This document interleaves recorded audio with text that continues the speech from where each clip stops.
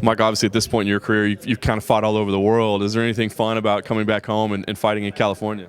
Not have to wait for cabs. That's nice. Just being able to come here a little bit more relaxed and not have to worry about missing my flights. I've had the worst flight luck on the planet, so it is nice to not have to step foot on the plane and just drive here comfortably. And if we need to go somewhere, hey, it's all right. I can, if I need to, I can leave right after the fight. I can, so it's just a lot more freedom. Yeah. I know that you've said, your biggest goal is fighting the best in the world. That's what you want to do. A lot of people pointing at Uriah Faber saying, is he towards the end of the career or is he still one of the best in the world? What are your thoughts on that? Oh man, I think he's still up there. I mean, there's a lot of really mentally strong people in the bantamweight division right now.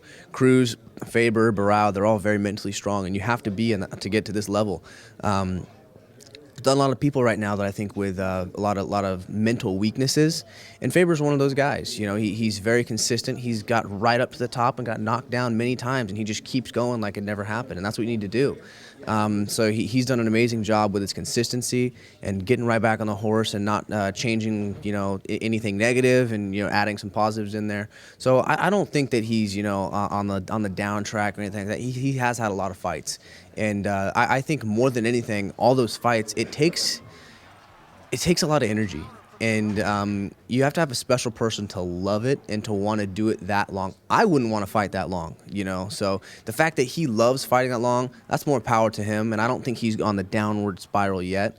I think he's nearing the end of his physical peak, which is, it just happens, But he's definitely a dangerous opponent. So it sounds like you've got a plan that you don't want to be fighting at 34, 35, 36 years old. How long can we see you fight? I don't know, man. I'm 22 years old, but I've already been fighting for 10 years.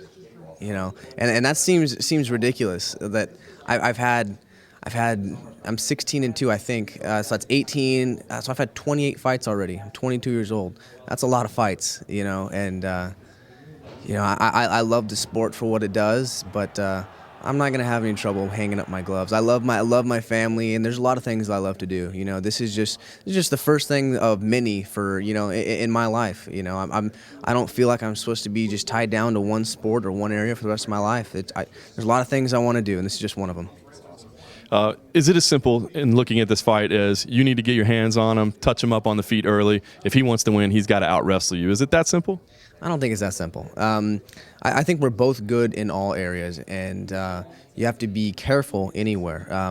I think if he is lazy in the submissions, I'll submit him. I think if I'm lazy with my submission defense, he'll submit me.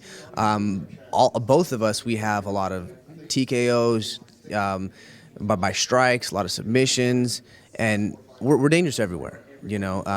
I think as a general statement, I think my stand-up is a little bit above most people in the game, and I think that's where my advantages are going to lie most. But we're just going to have to go play it out there, and if I feel like I want to take him down or if I feel like that's what I should do, then I'm definitely going to do that.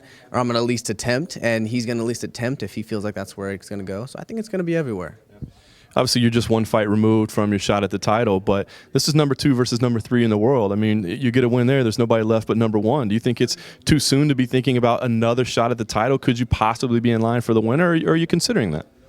I'm not really thinking about that. I always think about it in the way about, man, I got a chess match right in front of me right now, and people are like, oh, I want to win in this way. I want to do this. I want to do this after my match. I want to do this. And while you're thinking about all these things, your opponent is now 3 moves ahead of you. And you can't think about anything, nothing tomorrow, nothing. It's all about now. And after it's done, after the dust settles, then you start looking at the path ahead of you. But all that I'm thinking about right now is just Uriah Faber and winning that chess match.